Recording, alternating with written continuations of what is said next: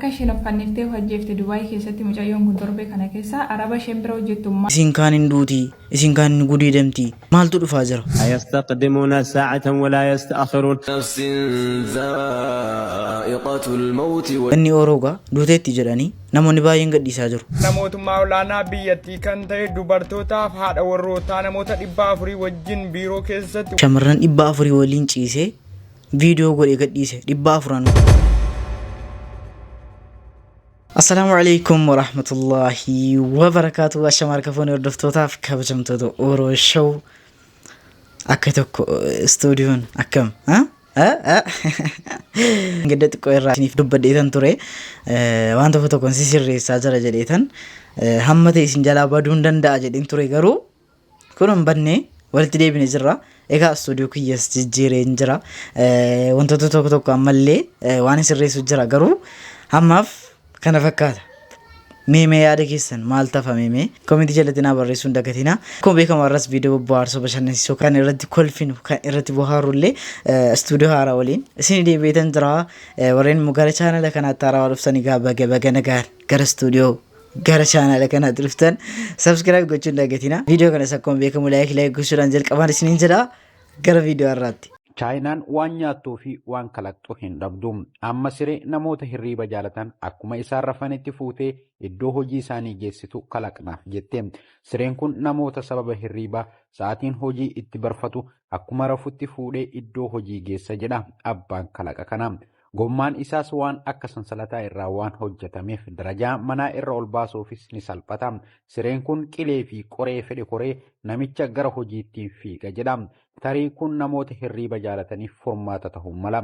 Garuu osoo raftu akka bulteen sireen ta'e si baattee yoo iddoo hojii si geessite hojiin ati hojjattu hojii akkam kan jedhus gaaffiidha. Inni hirriiba ka'uu hifatee osoo fuula hin dhiqatin osoo cirees hin nyaatin sireen irra buleen baatamee iddoo hojii geeffamu ofiifuu hojjetamuu qaba jechuun keessanis hin oolu. Garuu warri hirriiba ganamaa jaalatu kun oduu gaariidha akka jedhan hin shakkisiisu. Garuu sireen kun hirriiba wajjin nama fuudhee iddoo hojii geessu caala. Namoota dhukkubsatoo ta'an keessattuu ulfaatina gurguddaa qaban gara mana yaalaa ittiin geessuuf filatamaadha. Keessattuu biyya teenya tan nama dhukkubsatee sireen baatanii gara mana yaalaa geessan keessatti kun yoo hojjetame hanqina ambulaansii illee ni hir'isa.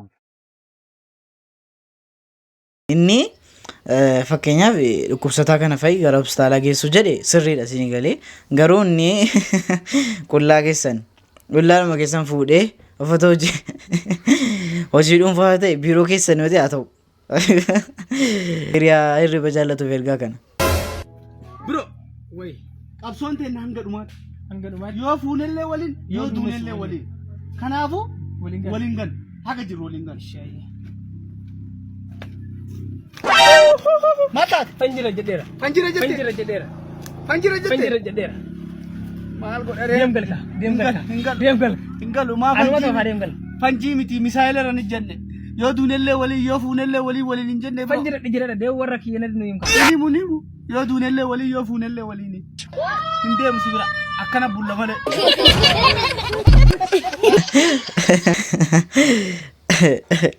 Biritti arguun nabu biritti malee akkasin jedhu San jechuun faazariin jechuun caammaan xaragadhee birri miliyoona tokko naa kenna. Miliyoona tokko. si beekame Gaaf duraa maal siin jedhaa caammaa rabbee itti hodhisiifadha jennaani 20 naa kenna. Baraazar kiyyoonti akkasiin jiru. Ilaal faazar achi bira jira jedhu akka godhee jechuun qalalla godhee jechuun birri 100 irraa fuudhu. 100 dhaabadhu nala shamiziin bitadhaa jennaani benama miliyoona tokko naa kenneeru dhaabadhuuti na laal. Si bira gale baraazar gaafsa irra. Dhaabadhuuti na laal akka irraa fuudhu. Daaddi maal taate mucaa caammaa xaragsiifachuuf taabirrii dhibbaa naa hin. caammaa xaragsiisa himmichuu madaabaraan saamunaa sikki Ati guyyoo boru namaa ganna goota. Yaa ganna goota guyyoo boru. antaa birree isaas fuudha kiraan Mana daftaree dura. mucaa deemas Hin deemus hin jedha. digii deemas Daadii lakkina kan rabbi. mucaa deem kiraan manaan irra jira Mucaa dhaabatee na laalaa rabbi dhinaa kiyya. cannabatee na laalaara ijoollee duree sooliin maa deemta qara deemas Akka dhugaa garuu baati. Ay, miskiin. Sila maaf na dhalte jechuun isaa naaf ta'eera asirratti. Oduun simbirtuu Ikwaaltooriyaa Giinii keessatti qondaala mootummaa olaanaa biyyattii kan ta'e dubartootaaf haadha warrootaa namoota 400 wajjin biiroo keessatti walqunnamtii saalaa eega raawwate booda to'atame. Ikwaaltooriyaa keessatti namoonni haadha warraa namaa waliin walqunnamtii saalaa raawwate kun seeraan to'atame. Qondaalli olaanaa biyyattii dubartoota 400 waliin walqunnamtii saalaa eega raawwate booda viidiyoowwan gadhiifamaa jiran keessaa qondaalli mootummaa olaanaa maqaa Qondaalli olaanaan kun Baaltasaar Ingaaggoo jedhamuun dubartoota namoota 400 waliin tilmaamamu waliin walqunnamtii saalaa eega raawwate booda viidiyoowwan agarsiisuun gadhiifamaa jira. Baaltasaar Ingaaggoo itti gaafatamaa eejensii qorannoo faayinaansii biyyaalessaa Ikwaaltooriyaa Giiniiti. Akkasumas fira pirezidaantii biyyattiiti. Baaltasaar biiroo isaa keessatti dubartoota inni wajjin walqunnamtii raawwate jedhaman keessaa haati warraa qondaala olaanaa mootummaa biyyattii keessatti ni argamti. Dubartoota wajjin biiroo isaa keessatti walqunnamtii saalaa isaa raawwatu viidiyoowwan agarsiisan jiru jedhamee dhimma kana irratti yaada isaa akka kennamuuf BBC'n qondaala mootummaa kana gaafatee ture. Baaltasaar taatee mudatetti gaddi itti dhaga'amu fuula feesbuukii isaa irratti barreesse. Pirezidaantii itti aanaa Ikwaator Giinii kan ta'an Tewoodroo Obiiyaan Manguwee qondaala mootummaa bakka hojiitti gocha saalqunnamtii keessatti hirmaate kamiyyuu akka hari'amu dubbatan kun aadmaleedha faallaa seera naamusaati jechuun biiroolee garaagaraa keessatti kaameraan akka dhaabbatu ajajuun agarsiisan. Waajjirri pirezidaantii itti aanaa ibsa baaseen tarkaanfiin fudhatamu kan danda'e viidiyoowwan hojjettoota mootummaa biiroo keessatti saalqunnamtii raawwatan agarsiisu miidiyaa hawaasaa irratti hedduun qoodamee maqaa biyyattii xureessuu hordofeetii jedha. Qorannoon akka geggeeffamuuf ajajni kennameera jedhus ibsi mootummaa biyyattii baase kun. Namichi dubartoota 400 waliin walqunnamtii saalaa raawwate toora miidiyaa hawaasaa irratti akka malee walirkaa fuudhinsaan gabaafamaa jira. Kanneen gabaasaa jiran biiroo isaa keessatti haadha warraa fi kanneen dubartoota ta'an 400 lakkaa'aman hundaa waliin walqunnamtii saalaa raawwachuunis miidiyaa irratti jechisiisaa jira. Biyyattii keessatti seeraaf aadmaleedha jechuun seerri biyyattii seera kana hordofee tarkaanfii cululuqaa ni fudhata jechuus dubbataa jira. Egaa wanta kana sooshaal miidiyaa irratti hedduu kana dhageessanitti yaada feesbuuk galtan tiiktookii galtan wama argara galtan waa'ee namicha kanaatu dubbatamaa jira. Shamarran 400 waliin haasofnu kana. Namichi kun egaa gocha hin taane waan hin taane ga'ee jira. Garuu kanaan wal qabatee immoo yeroo yaaddanu nama sodaachisaadha yeroon kun. Yeroon kun baay'ee nama sodaachisaadha. Yaaddaniitu 400 nama tokko wajjin. Dubartoonni yeroo akkamii? Dubartoonni maal ta'aa jirtu? Amma namichi kun viidiyoo akkas waraabee gadhiise jechaadha. Dubartoonni hammam akka salphatan ibsee jira jechaadha asirratti. Baay'ee tokko nama gaddisiisa. Of eeggadhaa. Of eeggadhaa. Daqiiqaa muraasaaf jettanii jiruu keessan guutuun balleessinaa. Of eeggadhaa please. Isayyuu keessattuu warra bultii qabu. Warra bultii qabu. Fakkeenyaaf namichi kun biyya keenya waan taanes naanna'ee gara biyya keenya keessatti wanta akkasii baay'ataa jira. Rabbiin waa eegu waan akkasiirraa. Waan baay'ee tokko dhagahuudhaayyuu nama jibbisiisu. Maaliif yeroo kana keessatti uumame kan nama jechisiisu viidiyoo akkasii jira. Akka godha akkasiin jedhan. Akka keessanitti yoo hin beeknes waan akkasii yeroo nagahaa dhufu maaf yeroo akkasii keessa Rabbiin uume. Duraatu uumamni duune jiraanna. Wanta akkasii arguurraa. يستقدمون ساعة ولا يستأخرون قطرهم مطبق بجانو نقرو دنيا ستابقا اگر مكيرو سلما يكرلت موتو مكبرو اندياو بزيچ عالم بزوامت لا ينورو اكوي متكبرو راس agartanii yeroo du'a nama arguu namni jaallatu keessa jira. Inni yeroo dhukkufattee jirti. Dhukkubasi kanaaf immoo namoonni baay'een itti gammadu inni kaan laalaa geessee suuraa kaasee akkas godhee qabreetti geessee godhee riif jedhee fooloorsii itti argachuudhaaf laayikii itti argachuudhaan viidiyoo akkas poost godha. Laalaa gara hammeenya akkasii. Iyyuu kana laalee rifadheetan ture. Wamti ta'aa jiru baay'ee nama jibbisiisa. كل نفس ذائقة الموت وإنما توفون أجوركم يوم القيامة فمن እኛ እኮ በዚህ ችግራችን እኮ ነው አላልፍልን አይወጣልን ችግራችንን አልወጣልን ያለው እኮ በዚህ ችግራችን እኮ በዚህ ምቀኝነታችን በዚህ ሸረኝነታችን አላልፍልን ያለ ሁሌኛ የማዳምና የአርባብ ጠራጊ ሆነን ይቀርራል ቆሻሻ ጠራጊ ሆነን ይቀርራል ቢያንስ እንኳን ጥሩ ነገር ብትመኙ ችግር ካለባችሁ ከዳነች በኋላ ችግሯን አስረዷት እንደዚህ ችግር አለብሽ ታስተካክላለች።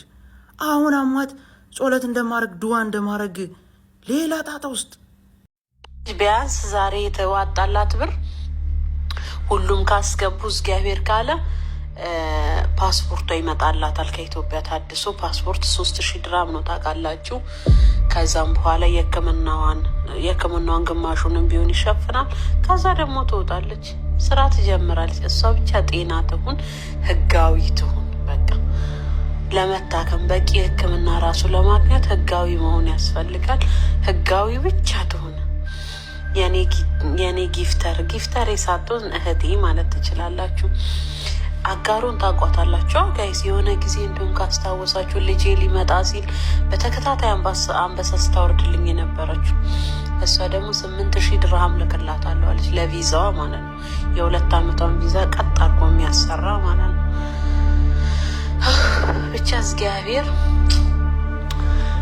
ለሁሉም ነገር ምክንያትም አለው ሰውም አለው። ሆፕዬ ቴንኪው። እሺ ሆፕም ቅድም ከጎናችን ነበረ። በጣም ነው የማመሰግነው። እግዚአብሔር ያክብርልኝ። የምር በጣም ብዙ ያልገመትኳቸው ሰዎች ከጎናችን ነበሩ። ደግሞ እርዳታው ገና አላበቃም። ቴንኪው የኔ ፍቅር፣ ገና ይቀጥላል እንጂ አላበቃም። አንዴ ይሰባሰብላታል። ኤጋ akkuma dhageessan isinis fayyaa jirti. Maallaqnis walitti qabamaafii jira. Namoota achi deemanii ilaalan irraa amma ta'e viidiyoo ilaaleetan jira. akkuma beekamu samoona kana galii fudhata sabsabat bani ijoolleen lama baroota lama abudaa irraa ayyaantuu fi Seggeen akkaawwanti fudhatti bishaan kuma tokko galchanii bishaan obbolaa lamaanii tokko immoo mucaan Haliimaa jedhamtu shaaf jaalladhu 250 kennite. Isaan taasifan immoo mucaan tokko ji'a kanas kennaa birrii 200 keessatti 200 keessa firaa walumaa galatti kan nama jiru kuma tokko dhibbaafuu ganneef kenneedhaan. Egaa akkasii viidiyoolee garaagaraa gadhiifamaa jiran hin amanina. Ganniin obboleettii keessanii irraa immoo ijoollee Oromootiif cinqamaa turte. Kanaaf namni akkasii sooshaal miidiyaa irratti deddeemee ijoollee Oromootiif cinqamuu waan arge gochuu miti. Namumti nu hin beekneyyuu du'eera yeroo jedhamu garaan nama nyaata. Kanumaafi ሀሴት ትባላለች። በአዳማ ከተማ እጅግ አሰቃቂ በሆነ ሁኔታ 4 ጊዜ ልቧን በጩቤ ተወግታ እንደዚሁም ደግሞ አንገቷ ታርዶም ህይወቷ ማለፉ ተሰምቷል። እዚች ልጅ በውስጥ የተላከልኝን ያገዳደሏን ሁኔታ የሚያሳየው ፎቶግራፍ እጅግ ልብን የሚሰብርና በጣም የሚያሳዝን ነው። ነገሩ እንዲህ ነው። አዳማ ላይ በአንድ ሬስቶራንት ውስጥ በማኔጀርነት ትሰራለች ይቺ የምትመለከቷት ሀሴት። ታዲያ በስራ አለመግባባት መካከል እዛው የሚሰራም እና ቤቱ ፍየል ቤት ነው በፍየል አራጅነት የሚያገለግል ተብሎ የተጠረጠረ ገዳይ ቢሮዋ ይገባና እዛው ይገላታል። 4 ጊዜም ልቧን ይወጋዋል። ከዛ ባለፈም አርዷት እላዋ ላይ በሯን ቆልፎ ወጥቶ እጁን ታጥቦ ምንም እንዳልተፈጠረ ያመልጣል። ይህ ገዳይ ታዲያ እስካሁን ድረስ በቁጥጥር ስር እንዳልዋለ ተሰምቷል። እጅግ የሚያሳዝን ነገር እየሰማን እንገኛለን። ስለ አገዳደሏ ዝርዝር ነገር ከነ ፎቶ ቴሌግራሜ ላይ ፖስት አድርጌዋለሁ። ባዮ ላይ ባለው ሊንክ በኩል ገብታችሁ እዩትና ሁላችሁም ፍትህ ለሀሴት እያላችሁ ኮመንት አድርጉ። Egaa akkuma dhageessan ajjechaan baay'ataa jira. Ajjechaan isayyuu dubartoota keenya irratti gudeeddaan ajjechaan duuteetti malee waa dhaga'an jirru yeroon jabaatteetti jechaadha. Atuma seerri jira jennu atuma meeqa jira jennu waan akkasii dhaga'aa jira. Inni kaan of ajjeefteetti jedha. Harka isheen uffanniftee hojjeefte Dubaay keessatti mucayyoon kun torbee kana keessa araba isheen bira hojjettu maal taate jedhamee gaafatamnaani isheen nama yeroo dheeraas nu bira hojjette nama haala gaarii qabdudha. Guyyaallee uffata binnee fi haala gaarii wajjin turre galgala dhattee raftee ganama gaafa kaanu bakka uffata korsa wayitti shaarbiin uffanniftee argine jedheedhani hedduu tokko ulfaataadha. Wanni isheen irratti uffannifte yeroo dubbatamaa jirutti waan waggaa dheeraa hojjette abbaa manaa isheetti waan kenniteef isaajin immoo yeroo isheen galuufetti waan ol dhabaa dhufaniif bakka namni takka gaafa dadhabee jedhe abdiis ni murata tarkaanfii ofitti fudhata haala kanaan of ajjeefte jechuudha. Dhaloonni ishee gara Wallagga Bahaatti warri Dubaay keessa jirtan yoo isinii danda'ame haala mijeessaati haadha isheef galchaa reeffa ishee jechuun barbaada. Shamarran keenya haala marra jirtan kanaani ganaallee maraattu ganaallee of ajjeeftu yeroo hedduu dhiira amantanii waan hojjetan hunda irratti gadhiistu jechuudha. Ilmi namaa nama namu haadha keessanuu namanina maaliif nama meeqatu akkasuma as taa'ee mana ijaarratee waan meeqa godhatee galee eeyattiin si beeka jedhee gad darbee namni sun waan ittiin saamunaa bitatu dhabee ka biyya arabaatti deebi meeqa jira.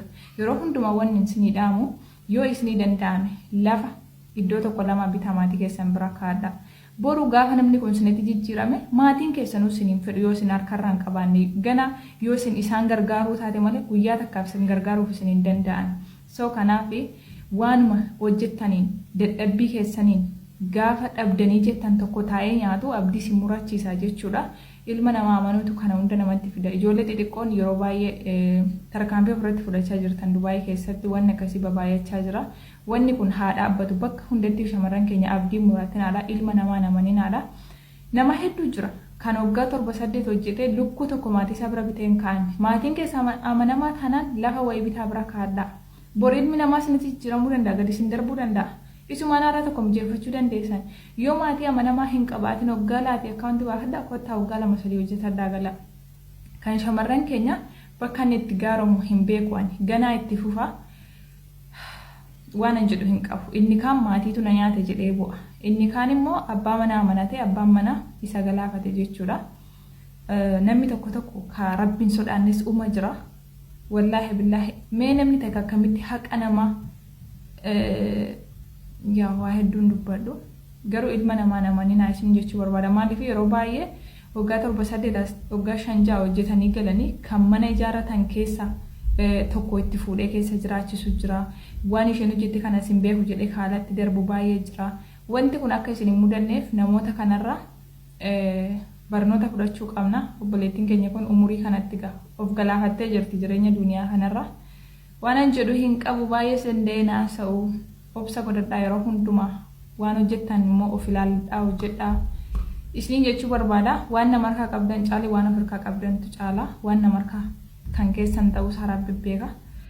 Egaa obboleettii keenya irraa akkuma dhageessan yeroo baay'ee maaltu si nyaachisa beektu waan akkasiin dhageessu waan akkasii irraan barattu yoo jenne immoo dandeessaniis barataan jirtan maaliif hin baratanu beektu nama erga jedhame naman amaninaa hin amaninaa maaliif koo bareedduudha jedha hundinuu atis koo bareedduudha anis koo bareedduudhaan jedha inni sunis koo bareedduudha jedha kanaan akkasiin nyaatamuu jira jechaadha. Isin naman amaninaa hattaani kaa hidhatee mana irraa fudhatee kan hiikee jira. Fiiggadhaa isin jechuun barbaada. Egaa viidiyoon irraaf qabadhee dhufe kan fakkaata isinitti waleersin bohaarsiisin gammachiiseera yaada keessan koomentii jala naaf ka'uun dagatinaa hamma viidiyoo kabiraatii walitti deebinutti ooloo shawuu baay'ee.